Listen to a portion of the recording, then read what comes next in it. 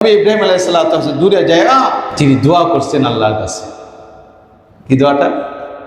রব্বানা ইন্নী আসকানতু মিন যুররিয়্যাতি বিওয়াদিন গায়রি জি যারইন ইনদা বাইতিকাল মুহাররাম রব্বানা লিয়ুকিমুস সালাতা ফাজআল আফইদাতাম মিনান নাসি তাহওয়ি ইলাইহিম ওয়ারযুকহুম মিনাস সামারাতি লাআল্লাহুম ইয়াশকুরুন। সুবহানাল্লাহ।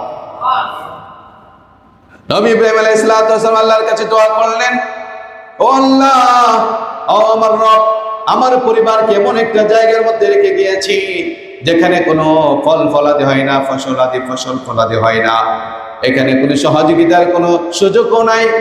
এমন একটি নির্জন এলাকার মধ্যে আমার কলিজার টুকরো আদরের সন্তান ইসমাইল আর তার মাকে হাজেরাকে রেখে গেলাম। ও আল্লাহ, তুমি এই ভূমিটাকে উর্বর করে দাও, এই অনুর্বর জমিকে উর্বর করে দাও। এখানে আল্লাহ আপনার পক্ষ থেকে রিজিকের ব্যবস্থা করে দাও। আল্লাহু আকবার। দোয়া করলেন কে? নবী ইব্রাহিম আলাইহিস সালাতু ওয়াস সালাম। আল্লাহ পাক রব্বুল আলামিন নবী ইব্রাহিম আলাইহিস সালাতু ওয়াস সালামের দোয়া সাথে সাথে কবুল করলেন। কারণ বান্দা যখন আল্লাহর হুকুম পালন করে তখন আল্লাহ বান্দার সমস্ত হাজতকে পূরণ করে দেয়। এই জন্য কোন ব্যক্তি যদি 5 ওয়াক্ত নামাজ পড়ে, এটা আল্লাহর হুকুম।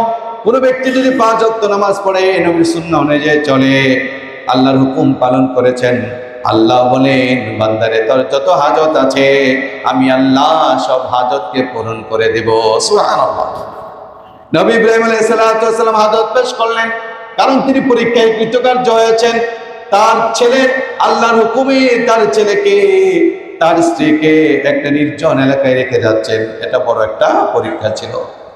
এবার নবী ইব্রাহিম আলাইহিস সালাতু ওয়াস সালামের দোয়া কবুল হলে আল্লাহ পাক রব্বুল আলামিন জিবরাইলকে বললেন, জিবরাইল, সিরিয়ার একটা ভূমি আছে হাওরান নামক এলাকা, ওইখানে যাও, যে দেখো উর্বর ভূমিটাকে, সবচেয়ে ভালো উর্বর ভূমিটাকে, ওই ভূমিটাকে উঠাইয়া এই মক্কার মধ্যে নিয়ে আসো। কারণ আমার বন্ধু দোয়া করেছে, আমি আল্লাহ এই বন্ধুর জন্য উর্বর ভূমির ব্যবস্থা করে দিতে চাই। এবার এই ভূমি নিয়ে আসা হলো। এই ভূমি আসার পরে এই ভূমিটা, এই বাইতুল্লাহ যদিও ছিল না, কিন্তু আল্লাহর পক্ষ থেকে জানিয়ে দেওয়া ছিল এটা বাইতুল্লাহর জায়গা। আল্লাহু আকবার। এই ভূমি, এই মাটি হাওরান নামক স্থান থেকে যে ভূমিটা আছে, এই ভূমিটা বাইতুল্লাহর চতুর্পাশে তাওয়াফ করলেন। কি করলেন? তাওয়াফ করলেন চতুর্পাশে তাওয়াফ করলেন।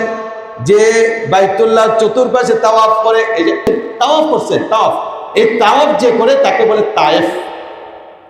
তাওয়াফ যে করে তাকে কি বলে? তায়েফ বলে। এই ভূমিটা হাওরান নামক ভূমি থেকে এই ভূমিটা আসার পরে আল্লাহর ঘরে তাওয়াফ করেন, 7টা চক্কর দেন। 7টা চক্কর দেওয়ার পরে আল্লাহ পাক রব্বুল আলামিন এই জায়গাটার নাম আল্লাহর নিজেই লিখে রাখেন। এই জায়গাটার নাম আল্লাহ তাআলা রাখেন তায়েফ। আল্লাহ তাআলা এই নামটার নাম ঘোষণা করে, এই জায়গাটার নাম ঘোষণা করে তায়েফ। সুবহানাল্লাহ। আমরা মক্কায় উমরা হজ করার সময় হজ পালন করে, উমরা পালন করে আমরা অনেকে যাই তায়েফ। তায়েফ একটা জায়গার নাম। এই তায়েফের পুরো ভূমিটাকে আল্লাহ পাক রব্বুল আলামিন সিরিয়ার হাওরান নামক স্থান থেকে উর্বর জমি হিসেবে এখানে আল্লাহ তাআলা স্থাপন করেছেন।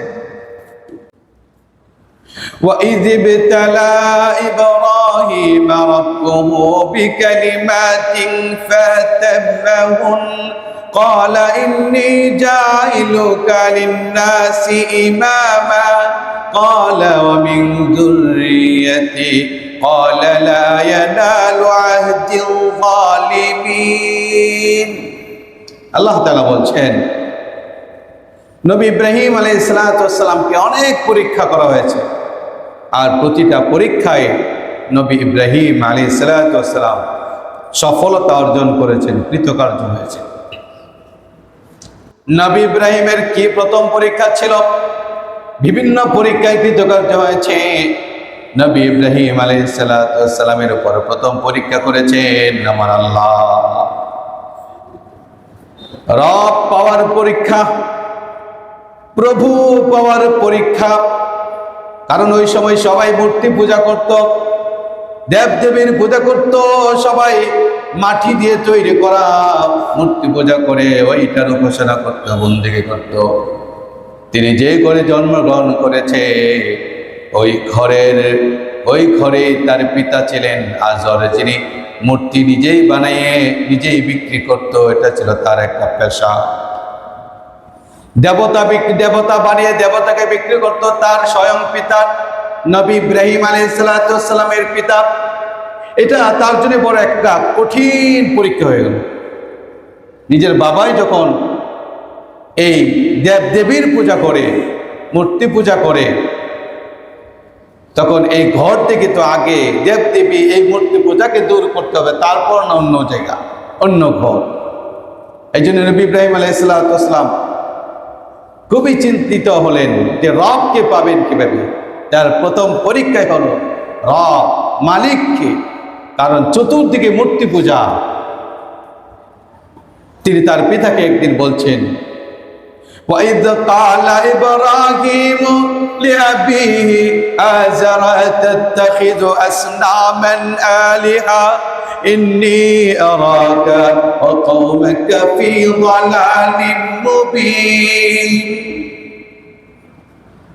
প্রথমে তিনি নবী ইব্রাহিম আলাইহিস সালাম তিনি তার পিতাকে বললেন, আজরকে বললেন, পিতা আপনি এই মূর্তিকে কি ইলাহ হিসাবে গ্রহণ করেছেন? অথচ আমি তো দেখছি এই ইলাহ, এই প্রভু যাকে আপনি মনে করছেন এরা পথভ্রষ্ট, এবং এই কাজগুলো পথভ্রষ্ট, এগুলো শিরক, এগুলো অন্যায়, এগুলো অপরাধ। এগুলো থেকে নিজেকে দূরে সরিয়ে আনুন।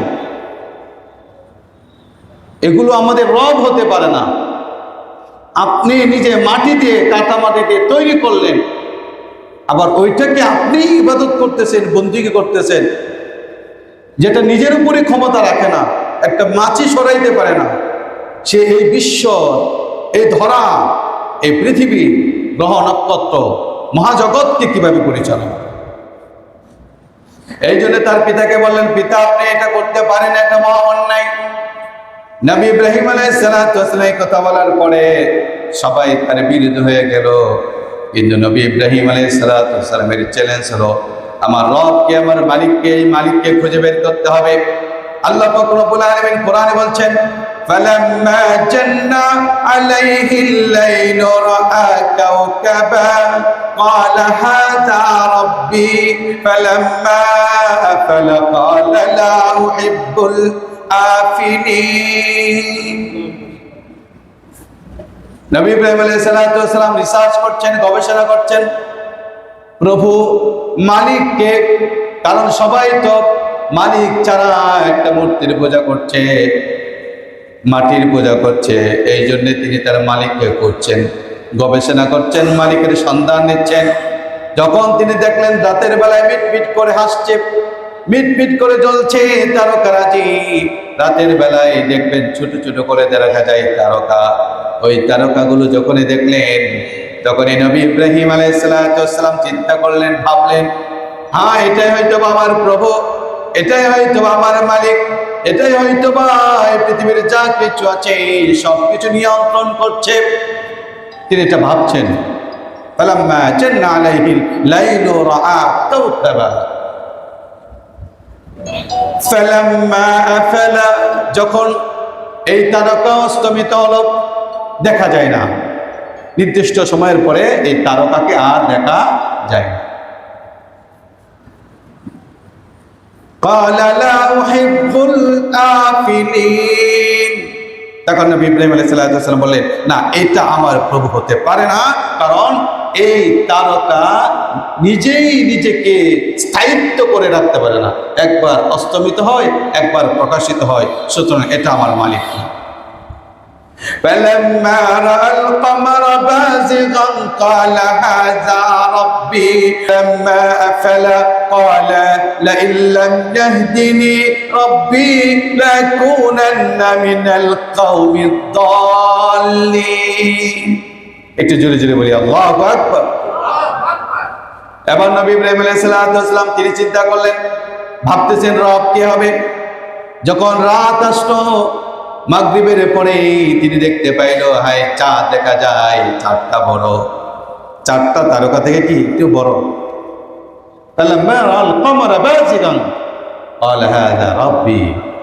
এই চাঁদকে দেখার পরে তিনি বললেন, এটাই আমার রব, এটা আমার প্রভু, এটাই আমার মালিক।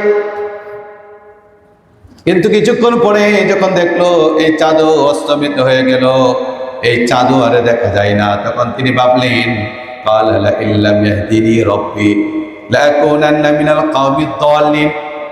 এটা আমাকে কখনো হেদায়েত দিতে পারবে না, এই চাঁদ আমাকে কখনো সঠিক পথ দেখাইতে পারবে না। এই চাঁদ আমার প্রভু নয়, এই চাঁদ আমার মালিক নয়, আমার প্রভু আমার মালিক হবে আরেকটা। অবশ্যই আমিও এখনো পথভ্রষ্টতার মধ্যে আছি, এখনো আমি আমার রবকে খুঁজে পাই না। রবকে খুঁজছেন, এটা তার প্রথম পরীক্ষা, রবকে পাওয়া।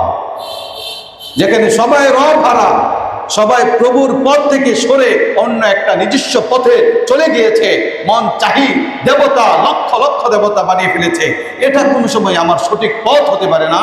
সঠিক পথ কোনটা, ওইটা খোঁজার জন্য নবী ইব্রাহিম আলাইহিস সালাম তিনি চিন্তা করলেন, গবেষণা করলেন, রিসার্চ করতে লাগলেন।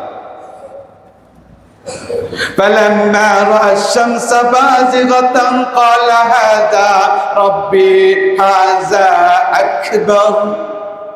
যখন দেখলেন সূর্য উদিত হলো, যখন দেখলেন সূর্য উদিত হলো, তখন ভাবলেন এটা তো সব কয়টার থেকে বড়, তারকা থেকে বড়, চাঁদের চেয়ে বড়, চাঁদের চেয়ে আলোকিত সূর্য, এটা সবচেয়ে বেশি পাওয়ারফুলি, সুতরাং এই চাঁদ হবে আমার প্রভু, এটা হাদা একবার, এটা সবচেয়ে বড়, সুতরাং এটাই সবার মালিক, এটাই সব কিছুর মালিক। আকাশ মহাকাশ যা কিছু আছে, সাতম আসমান সাতম জমিনের মালিক হলো এই সূর্য। কিন্তু যখনই এই সূর্য অস্তমিত হলো, তখন তিনি বলেন, না, আল্লাহর কাছে বলেন, ইন্নী বারীউম মিনাল মুশরিকিন, আল্লাহ আমি এই তারকা, চাঁদ, সূর্য যা কিছু আছে, এই সব কিছুর থেকে মুখ ফিরিয়ে নিলাম, এগুলো শিরক, এই শিরক থেকে আমি আজকে মুক্ত ঘোষণা করলাম। এটা একটাও প্রভু নয়, বরং আমার প্রভু হলো তিনি, যিনি এই নক্ষত্র, চন্দ্র, সূর্য, মহাকাশ, আসমান, জমিন আমাদের সবাইকে সৃষ্টি করে নিয়ন্ত্রণ করছেন, উনি হলো আমার প্রভু, উনি আমার মালিক। সুবহানাল্লাহ। তিনি চিন্তা করে আল্লাহর খোঁজ পেয়ে গেলেন, রিসার্চ করে আল্লাহর খোঁজ পাইলেন, সন্ধান পাইলেন। তাহলে এই পরীক্ষার মধ্যে তিনি কৃতকার্য হয়েছেন। ওই যে আল্লাহ বলেছেন, ওয়াইদ ইবতালা ইব্রাহিম রাব্বুহু বিকালিমাতিন ফাতাম্মাহুন, নবী ইব্রাহিমকে আমি বিভিন্ন ধরনের পরীক্ষা করেছি, প্রতিটা পরীক্ষায় সে কৃতকার্য হয়েছে। এই প্রথম পরীক্ষা হয়েছিল প্রভুকে পাওয়া, প্রভুকে পাওয়া, আল্লাহকে খুঁজে বের করা, এই পরীক্ষায় তিনি কৃতকার্য হয়েছেন। এবার তিনি আরেকটা পরীক্ষা সম্মুখীন হলেন। নবী ইব্রাহিম আলাইহিস সালাম আল্লাহর খোঁজ পাইলেন, আল্লাহর তাআলা সন্ধান পাইলেন। অনেক পরীক্ষা, সব পরীক্ষা তো বলা যায়। নমরুদের কাছে দাওয়াত নিয়ে গেল, ওই সময়ের বাদশা ছিল নমরুদ। নমরুদ এমন পাওয়ারফুল ছিল, তার ক্ষমতার অপব্যবহার করে সকলের কাছে নিজেকে প্রভু বলে দাবি করতে শুরু করলো, যে আমি প্রভু, আমি হলো সব কিছুর মালিক, আমাকে মালিক বলো, আমাকে দেব, আমার পূজা করো। সবাই তাকে মেনে নিল, সবাই তার পূজা করতে লাগলো, সবাই তার কাছে মাথা নত করতে লাগলো, নমরুদের কাছে। নবী ইব্রাহিম আলাইহিস সালাম তার কাছে গেলেন। আল্লাহ পাক রব্বুল আলামিন নবী ইব্রাহিম আলাইহিস সালামকে পাঠাইলেন, যান আপনি যে এই নমরুদ পথভ্রষ্ট, পথহারা এই নমরুদকে আলোর পথ দেখান। আপনার কাজ হলো তার কাছে দাওয়াতটা পৌঁছে দাও, আপনি দাওয়াতটা পৌঁছে দেন। নবী ইব্রাহিম আলাইহিস সালাম দাওয়াত নিয়ে গেলেন, নমরুদের কাছে দাওয়াত দিলেন। নমরুদের কাছে বললেন, আপনি স্বীকার করে নেন প্রভু আল্লাহ আমাদের মালিক একজন, এক আল্লাহ ছাড়া কোনো মাবুদ নাই, লা ইলাহা ইল্লাল্লাহ, এক আল্লাহ ছাড়া কোনো মাবুদ নাই, প্রভু একজন, আপনি তার সৃষ্টি মাখলুক, এটা আপনি স্বীকার করে নেন। নমরুদ কইতেছে, আচ্ছা তুমি যেহেতু বলতেছো তোমার আমাদের সবার প্রভু আরেকজন, আমি না, তোমার প্রভুর কেমন ক্ষমতা ওইটা বলো দেখি। ওই ক্ষমতা যদি আমার মধ্যে থাকে তাহলে কি তুমি আমাকে প্রভু মানবা?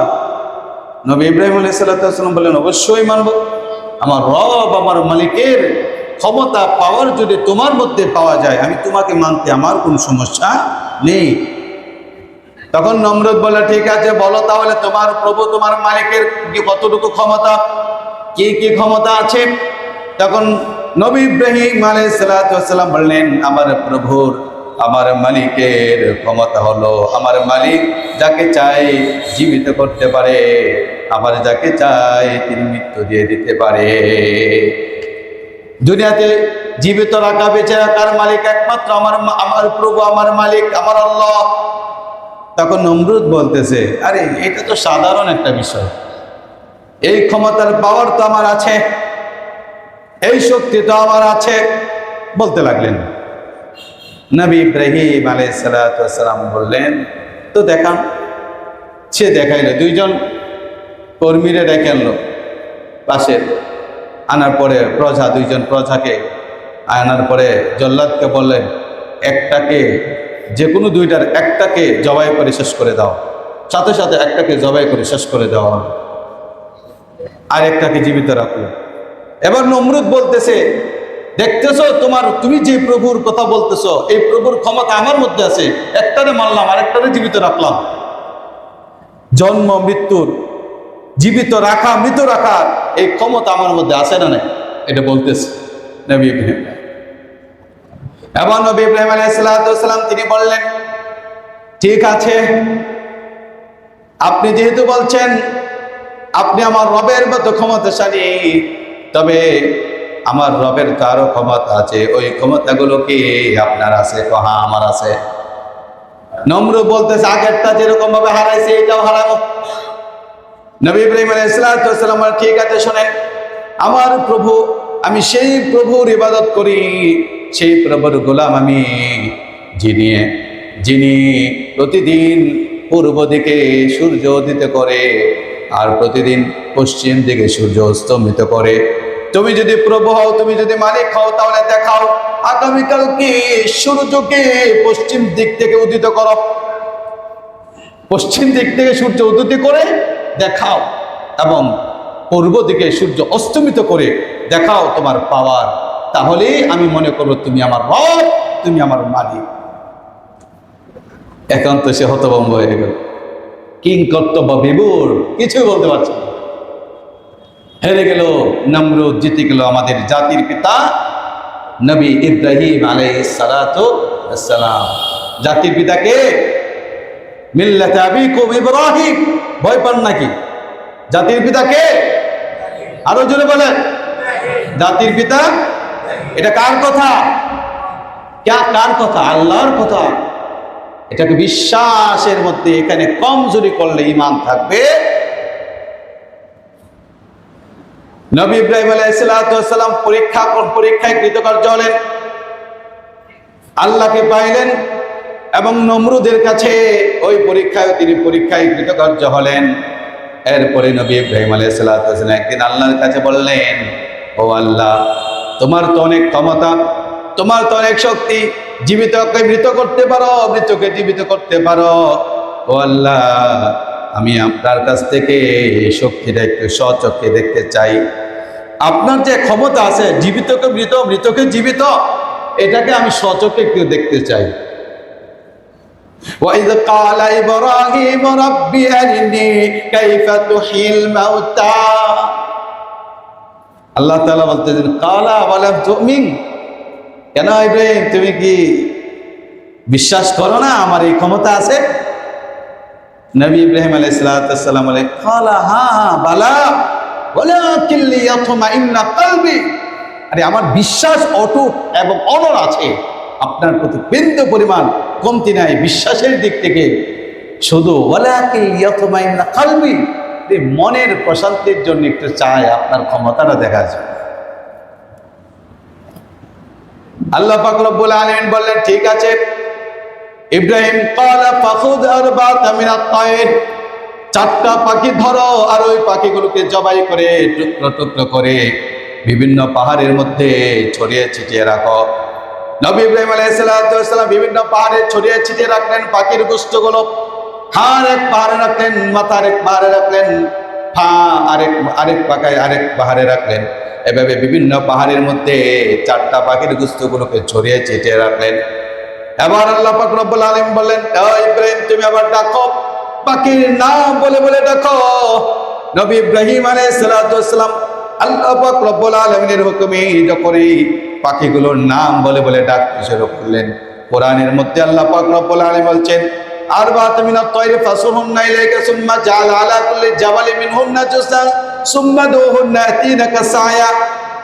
সাথে সাথে নবী ইব্রাহিম আলাইহিস সালামের ডাকের সাথে সাথে পাখিগুলো এরকম বিস্তৃত অবস্থায় ছিল।